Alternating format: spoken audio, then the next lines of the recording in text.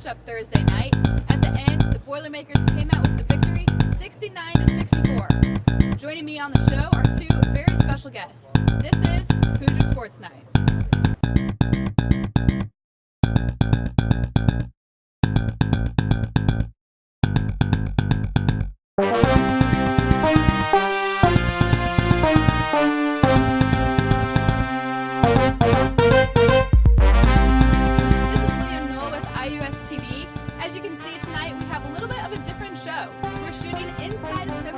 After Indiana fell to Purdue 64-69.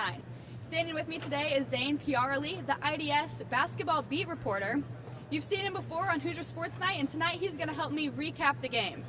So Zane, tell me a little bit about what you saw tonight. Obviously the stats were super close the entire game, so give me exactly what you saw in the head-to-head competition. Yeah, I mean, you said it exactly right. Purdue ultimately made one more shot than Indiana in the end, and the rebounding margin was exactly even. So this game really came down to Indiana not converting on the little things, and we saw it in the final 2 minutes when James Blackman Jr. missed a box out and Purdue went up 4, and then even shooting-wise, Indiana didn't have their best night. Their starting 3 guards combined at 8 of 34 from the field, so that ultimately hurt them in the end.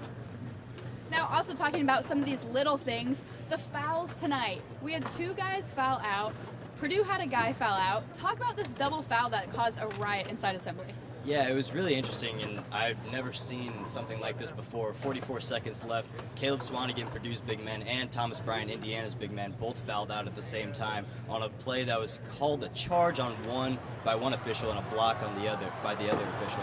Now, the officials got together, and there's a certain rule that states that if one call is made by one official and the other is made by the other, that they have to go and call a double foul, which, in my opinion, is a little suspect, but ultimately, they had to go by the ruling, and that's what happened, and both of them fouled out.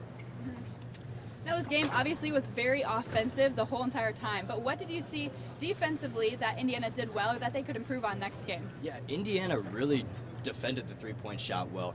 Purdue came into this game shooting 42% from beyond the arc, best in the Big Ten, and they were held to just 28% tonight. So Indiana, that was their main key on defense, trying to limit that. And then inside as well, with Isaac Haas and Caleb Swanigan, they limited them enough down low in the paint to give them the opportunities, but in the end, it just comes down to the little things and not executing at the end.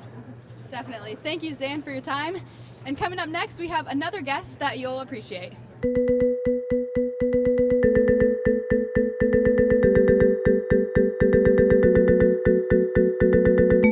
This is The Toss-Up, where we take a look at some of the topics facing the world of college sports and give a little bit of history behind some of them.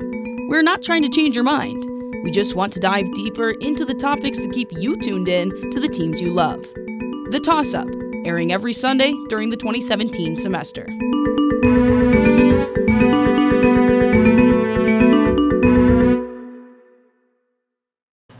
Joining me next is Trisha Whitaker, an IUS TV alum, now working for CBS for Indy as an anchor.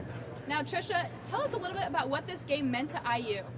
Well, I think the important thing to remember is that IU really needed this win. Purdue really didn't need this win. Purdue has a lot of good wins on their resume. They've been fantastic in the Big Ten, but IU needs this win because if you remember, really the last quality wins they have that build their tournament resume was Kansas and UNC. Those were fantastic wins, but you can't bank on those. If you want to keep going in the season and going into the Big Ten tournament, this win would have meant a lot, and it would have been a huge momentum boost for them, but obviously they couldn't pull it out. I think Purdue is a lot better than we might think they are. I think Purdue is going to be the team in the state to make a run in the NCAA tournament. In my opinion, I don't even think that IU deserves a spot in the NCAA in the tournament because no matter how they do down the stretch of the season, what they've done so far is not enough to get into the tournament, in my opinion. But we'll see what happens. It was a disappointing loss for them. It's not like they played bad, and Tom Green will come in and he'll talk about how many injuries they have on the team, and they do have a lot of injuries on the team, but they also have a lot of good guys. I mean, James Blackman Jr. was back tonight. We saw Thomas Bryant tonight, although he did foul out, but that was at the end on a questionable call, which we'll call like a blarge or something. That works, right? A block and a charge. So this was a bad loss for IU because if you're talking about the future, if you're talking about a resume-building win against the number 16 team in the country in your conference in a rivalry game, that would be a big boost. So this was a bad loss for them. So moving forward, they play Michigan on Sunday, who they have already lost to by 30 points. If they can't capitalize on this Michigan game, what does that mean for their season? Well, the cold hard truth, in my opinion, is that means this season is just kind of a bust. I mean, I know that's harsh, but I'm allowed to say that, right? I've lived in Bloomington since I was 8 years old, basically. I mean, now I live in Indy, but still, I've seen IU through the years, and to underachieve like that when you're the Hoosiers, that's unacceptable to the fan base, right? And you know, Tom Crean is kind of on the hot seat right now, and this team is definitely on the bubble. I don't even know if we can say they're on the bubble at this point. I don't even think they're close to the bubble. I don't think if the season ended right now, they would not make the tournament. So if they lose at Michigan, to me, that's it. Unless in the Big Ten tournament, all of a sudden this team shows up and, you know, they come back in an incredible way, which I don't see happening. I think it's done. I think they're done. And even if they do make the tournament, just because they're in the Big Ten and they're IU, they're not going to go far.